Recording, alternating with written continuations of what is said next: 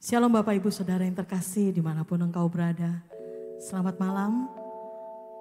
Mari bersama saya, kita mau bersama menyembah Tuhan.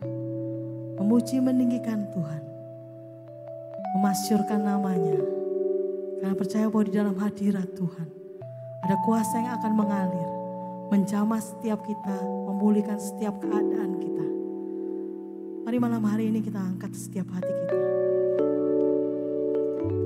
Kami bersyukur Tuhan buat kasih setia-Mu. Terima kasih buat kebaikan-Mu Tuhan. Engkau selalu beserta dengan setiap kami. Engkau selalu memelihara kehidupan kami Tuhan. Karena kami tahu hanya Engkau tempat perlindungan setiap kami. Hanya Engkau menara kekuatan kami. Gunung batu kami. Kubu pertahanan kami. Saat kami ada di dalam kesesakan, saat kami ada di dalam lembah kekelaman, hanya Engkau pelarian kami Tuhan. Karena malam hari ini kami mau mengangkat setiap tangan kami. Kami mau mengangkat setiap hati kami. Terlebih Tuhan, kami mau meninggikan dan memuliakan Engkau. Dan kami percaya ada kuasa yang bertata atas setiap pujian penyembahan kami. Ada kuasa yang akan mengalir Tuhan, menjamah setiap kami. Terima kasih Tuhan. Di dalam nama Yesus, kami siap menyembah dan meninggikan Engkau. Haleluya.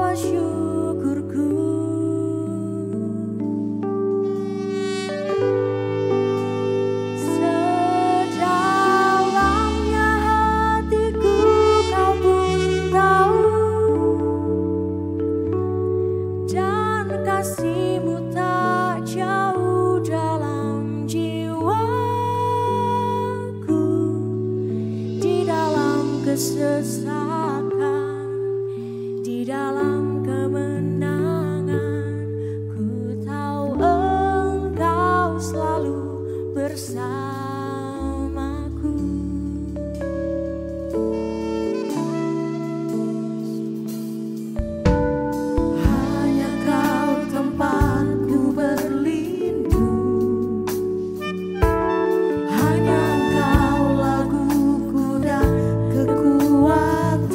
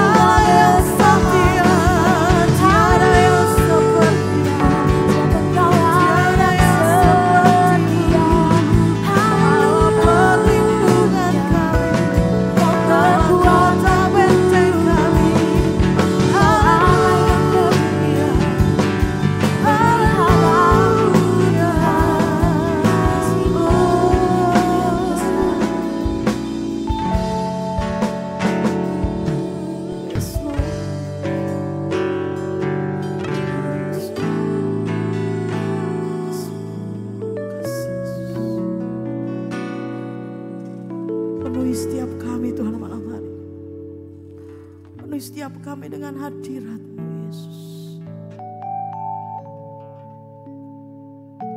Penuhi setiap kami dengan hadirat-Mu, Tuhan.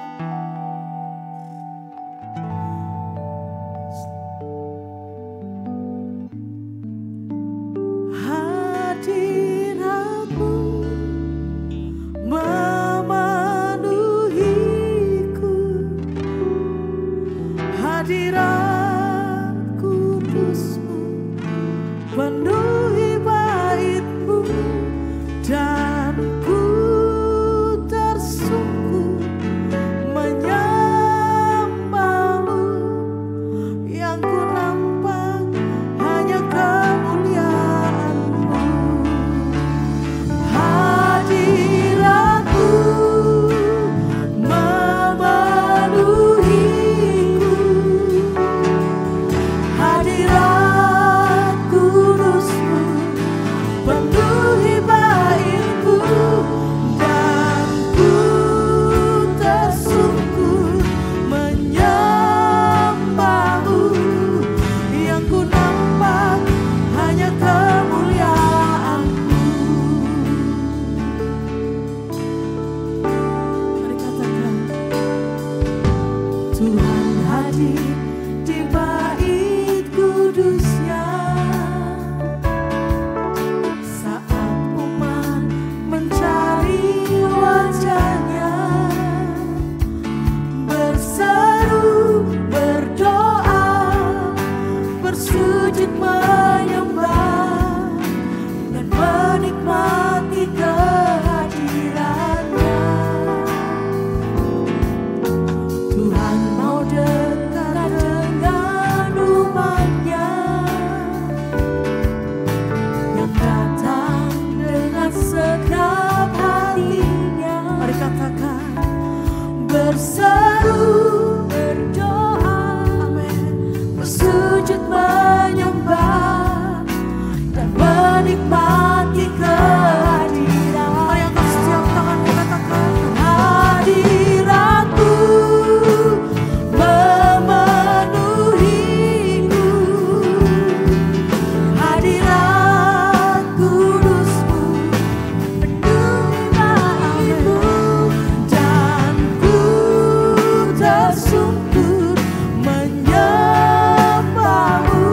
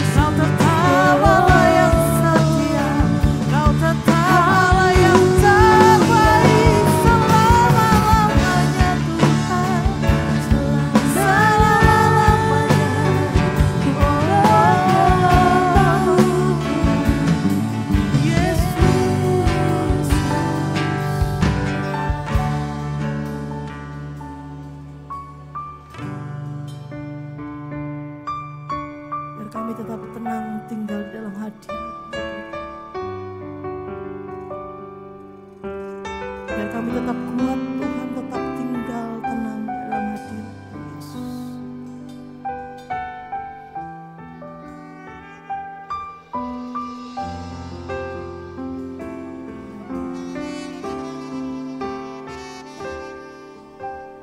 Lebih dari segalanya, ku berharap padamu. Lebih dari para penjaga, mengharap fajar pagi. Begitu rindu hatiku berada dekatmu. Alangkah dalam kasih-Mu memenuhi hidupku. Tenanglah jiwaku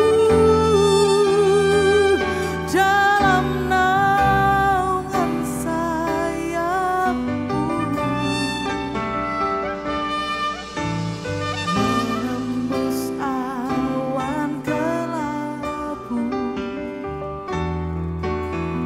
pandang kemuliaan-Mu. Selalu ku rindu dekat dalam hati-Mu,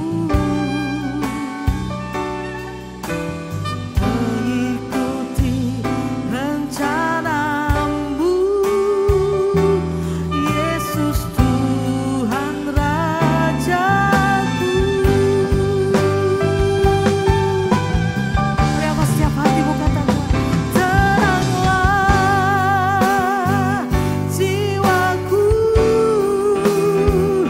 dalam naungan sayap-Mu, menembus awan kelabu, pandang kemuliaan-Mu. Selalu ku rindu dekat dalam hati-Mu, mengikuti rencana-Mu, Yesus Tuhan Rajaku. Mengikuti rencana-Mu, Yesus Tuhan Rajaku. Mengikuti rencana-Mu, Yesus Tuhan Rajaku.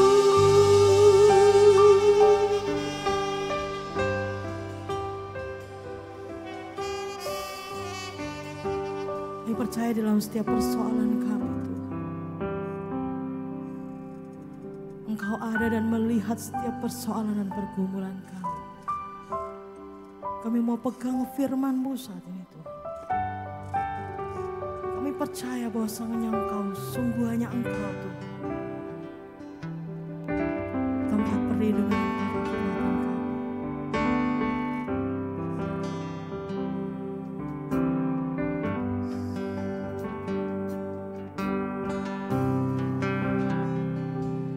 Tuhan ada dan melihat pergumulan yang ku hadapi. Tuhan takkan tinggal diam, ku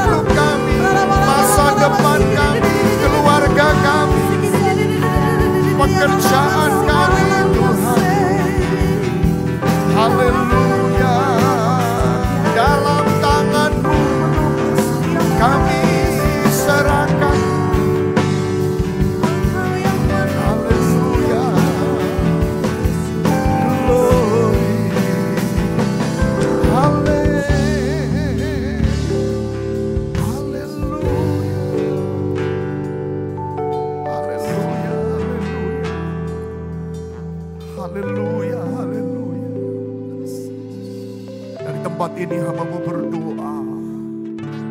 Makasih. Mari Tuhan Kau dengar setiap keluh kesah, Amin. doa-doa yang dinaikkan daripada umat-Mu. Hamba-Mu berdoa kiranya Tuhan jangan berlambat-lambat untuk melawat dan menolong Amin. setiap dari kami yang menaikkan seruan dan doa kepada Tuhan. Tapi kami juga menyatukan hati kami berdoa. Dalam panggilan kami tidak hanya berdoa bagi diri kami sendiri, tapi berdoa untuk semua orang-orang kudus yang ada di dalam dunia. Ya, Mereka yang juga mengalami masalah-masalah, persoalan-persoalan, problem-problem, bahkan himpitan, penderitaan-penderitaan. Engkau tidak pernah tinggalkan mereka semua. amin. Kami juga berdoa untuk pemimpin-pemimpin bangsa di dunia. Ya, Tuhan. Untuk mereka mengambil kebijakan-kebijakan yang tepat. Di tengah berbagai macam kebijakan yang tidak mudah untuk mereka lakukan. Untuk menghadapi badai pandemi ini. Lebih khusus lagi kami berdoa untuk bangsa kami Indonesia. Ya, Tuhan. Jangan pernah tinggalkan kami Tuhan. Amin. Lawat dan jamaah. Yes, Lord. Dari ujung barat sampai ujung timur. Dari ujung selatan sampai ujung utara. Setiap suku-suku kami serahkan dalam tangan kuasa Tuhan. Lebih khusus lagi berkatilah gereja-Mu, berkatilah umat-Mu atas bangsa ini. Supaya tidak ada daripada setiap kami yang gugur dalam iman. Yang undur dalam pengiringan akan Engkau. Karena terpaan-terpaan badai pandemi yang tiada henti ini Tuhan. Di mana setiap kami harus menanti dan menanti banyak hal. Tolong Tuhan, jamah setiap kami umat-Mu, orang percaya dan gereja-Mu. Amin. Lebih khusus lagi kami berdoa untuk kota kami, kota Malang ini. Dan Malang Raya juga Tuhan, berkati pemimpin-pemimpin yang ada di dalamnya. Yes, Lord. Berkati juga gereja-Mu yang ada di kota ini. Kami serahkan semua doa, seruan kami atas syafaat-syafaat yang kami naikkan. Dan sekarang kembali Tuhan setelah kami dilawat dan dijamah oleh Tuhan, menaikkan ucapan syukur kepada Tuhan. Dan boleh Tuhan ambil bagian untuk kami menaikkan doa-doa. Mari perlengkapi kami kembali dengan kebenaran firman-Mu. Amin. Pengurapan-Mu dari tempat yang maha tinggi turun atas hamba-Mu. Yes. Untuk jadi berkat bagi setiap kami. Dan pengurapan yang dari tempat maha tinggi pula, itu turun atas setiap kami yang mengikuti ibadah online ini. Celikan pengertian dan pemahaman kami dan jadikan firman-Mu, firman yang hidup itu, hidup di dalam pengertian dan hati kami. Kami sambut dengan sukacita di dalam nama Tuhan Yesus Kristus. Mari jemaat yang siap dengarkan firman Tuhan dengan saya katakan, amin. Senang sekali kembali kita boleh beribadah pada ibadah tengah minggu ini. Mari kita akan belajar kebenaran firman Tuhan. Kita akan membuka Alkitab kita atau kitab suci kita pada kitab yang penuh dengan hikmat, yaitu kitab Amsal. Amsal pasal yang ke-13 ayat yang ke-22. Mari jemaat dimanapun ada dan berada, satu ayat ini kita baca bersama dalam hitungan yang ketiga. Demikianlah bunyi firman Tuhan. 2, 3. Orang baik meninggalkan warisan bagi anak cucunya, tetapi kekayaan orang berdosa disimpan bagi orang benar. Saya yakin percaya orang tua yang baik atau orang yang baik, lebih lagi kita adalah orang benar, itu dinasihatkan oleh kitab Amsal ini. Untuk meninggalkan warisan bagi anak cucu kita. Tapi sebuah pertanyaan, warisan apa yang harus kita wariskan bagi anak kita? Warisan sebanyak apa yang harus kita berikan untuk anak cucu kita? Atau barangkali jauh lebih tepat, warisan seperti apa yang harus kita berikan bagi anak cucu kita? Karena saya yakin percaya, bicara warisan jangan hanya dipersempit pada materi, jangan hanya dipersempit pada harta benda, jangan hanya dipersempit pada properti yang kita tinggalkan bagi anak cucu kita. Tapi warisan itu ada banyak hal. Dan rupanya ini satu yang penting. Selain yang terpenting menurut saya, warisan yang harus kita tinggalkan adalah warisan iman, percaya kita kepada Yesus Kristus sebagai Tuhan dan Juru Selamat satu-satunya. Itu adalah warisan yang mutlak, warisan yang harus kita wariskan bagi anak cucu kita. Tapi lebih daripada itu, ini termasuk warisan yang penting untuk kita tinggalkan bagi anak cucu kita. Untuk itu saya akan mengangkat sebuah cerita yang adalah sebuah kisah nyata. Dan saya berharap warisan macam begini atau seperti inilah yang juga akan kita wariskan buat anak cucu kita. Jadi ada seorang yang namanya Al Capone. Al Capone ini adalah ternyata gembong mafia, tersohor, terkenal, famous pada zamannya. Dan itu terjadi kira-kira tahun 1920-an. Rupanya Al Capone ini merekrut seorang yang namanya Esi Eddy. Nah, siapa Esi Eddy? Esi Eddy itu adalah salah satu pengacara yang dipercaya oleh Al Capone ini.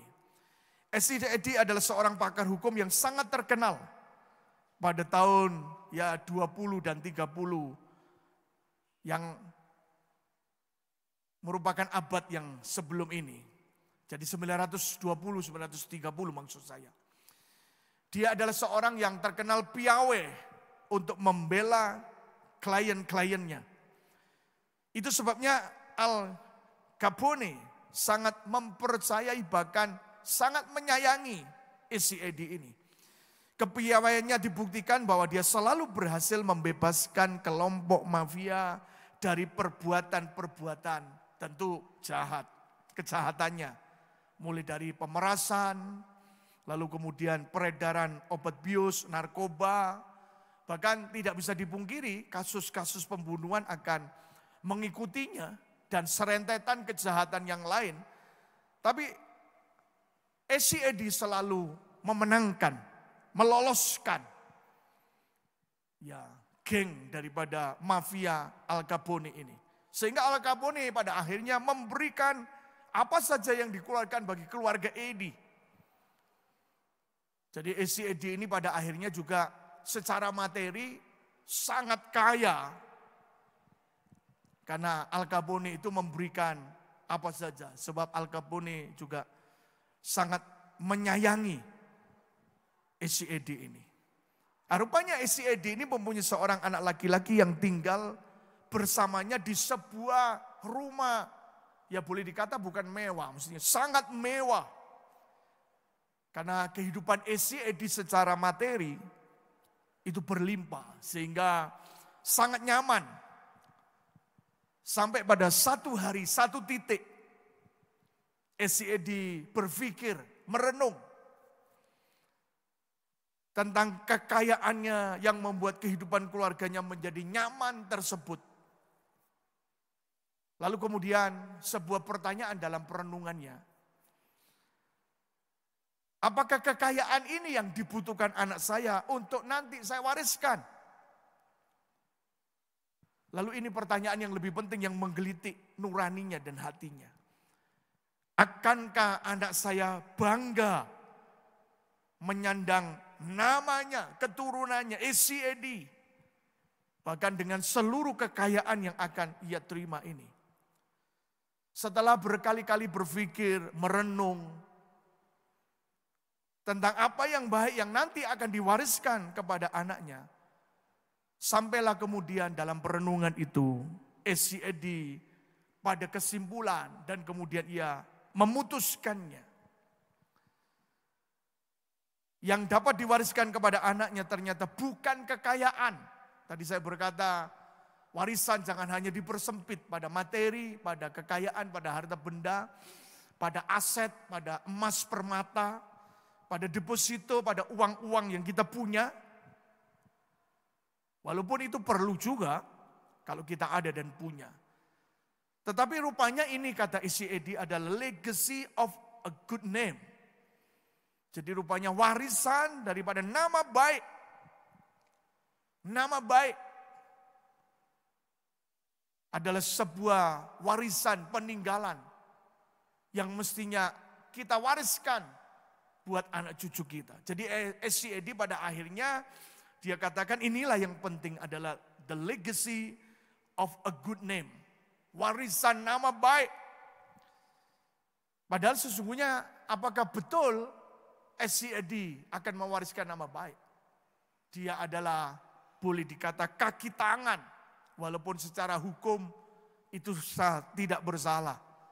Dia membela gembong mafia terbesar Al Capone itu. Maka setelah SCAD berkesimpulan akan nama baik yang harus ia wariskan, maka kemudian ia menyadari bahwa semua perbuatannya itu harus dibalik. Akhirnya SCAD memutuskan bertekad untuk membela negara, memberantas kejahatan. Jadi dia akan menjadi pengacara, ini dalam istilah yang umum dalam dunia hukum itu, membela yang benar. Bukan jadi pengacara untuk membela yang bayar. Gitu. Selama ini rupanya ia jadi pengacara membela yang bayar. Tapi kemudian karena itu mengusik hati nuraninya untuk meninggalkan warisan nama baik bagi anaknya, ia berbalik. Jadi kemudian ia menjadi pengacara membela yang benar. Jadi justru karena itu kemudian ia menjadi lawan daripada sekutunya selama ini, Al Capone. Jadi satu persatu kejahatan sang mafia dengan geng dan kelompoknya. Pada jajaran orang-orang penting Al Capone, pemimpin-pemimpinnya. Bahkan anak-anak buahnya. Itu dikalahkan satu demi satu di pengadilan.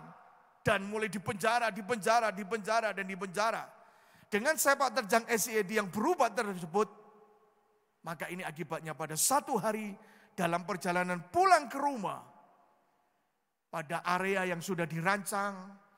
Untuk menghabisi kehidupan dan nyawa daripada SCAD di jalan yang sepi. Ia dibunuh, mati. Di tangan, kaki tangan, geng daripada sekutunya dulu Al Capone. Dan rupanya itu harga yang harus ia bayar. Harga yang harus ia tanggung. Tapi rupanya cita-citanya untuk meninggalkan nama baik. Itu ternyata terbukti. Walaupun harus dibayar itu tadi dengan hidupnya. Dibayar dengan mahal, dibayar dengan nyawanya sendiri.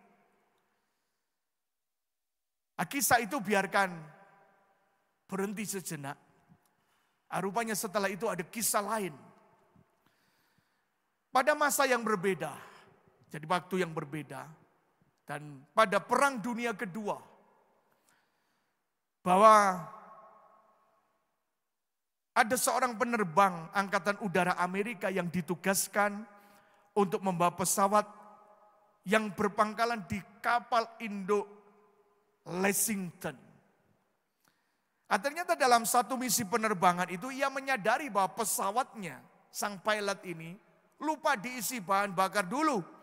Lalu kemudian dia izin guna kembali mengisi bahan bakarnya. Dan dalam perjalanan pulang ke kapal induk ia melihat ada 9 pesawat bomber Jepang. Karena zaman itu Jepang ingin menguasai seluruh dunia. Bahkan Amerika pun itu sudah dirambanya. Sedang menuju ke kapal induknya juga. Nah, kemudian karena ia balik mau ke kapal induk isi bahan bakar, lihat 9 pesawat bomber Jepang itu. Lalu ia berkesimpulan pasti ia bermaksud menenggelamkan kapal induk Lexington yang tidak lain adalah pangkalan pesawat terbangnya. Hanya sendirian dengan persenjataan yang tidak memadai untuk pesawat musuh sebanyak itu, dia sebagai penerbang muda dengan berani menyerang dan dapat menembak jatuh 2 pesawat bomber itu. Dan saat kehabisan peluru, ia kemudian menabrakkan pesawatnya ke arah salah satu pesawat bomber yang lain, sehingga jadi 3 pesawat bomber yang ia jatuhkan. Rekan-rekannya di kapal induk Rex itu hanya bisa menyaksikan aksi pilot muda yang gagah berani tanpa bisa berbuat apa-apa. Ia bisa mendaratkan pesawatnya kembali ke kapal induk itu dalam keadaan babak belur. Jadi rupanya ditabrakkan tapi tidak membuat meledak atau hancur. Cuman babak belur, dan ia beruntung masih bisa mendaratkan pesawatnya itu di kapal induk itu. Kemudian ia menjadi perwira Amerika pertama yang menerima medali US Congressional, Medal of Honor, penghargaan tertinggi yang ada. Nama orang itu ternyata adalah Bud O'Hare.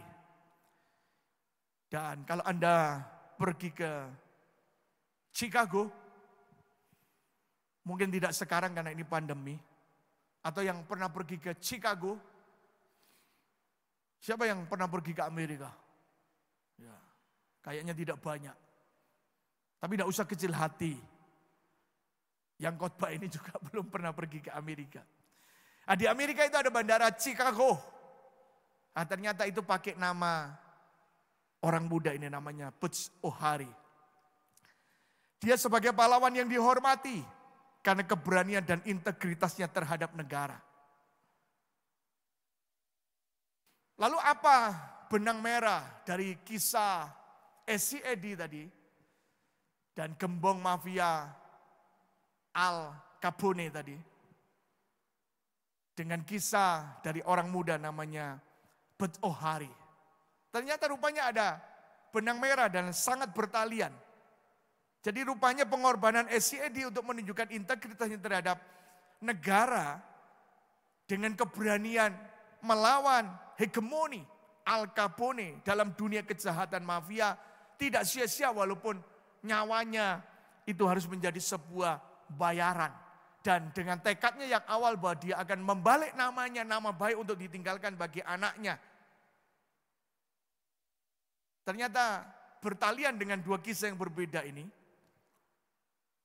Ternyata Bud O'Hare itu adalah putra tunggal dari Esi Edi.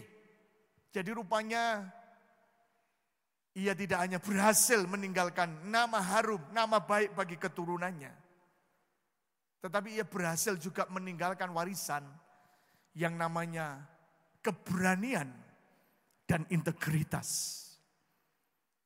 Jadi selain nama baik, Esi Edi telah membalikkan kehidupannya.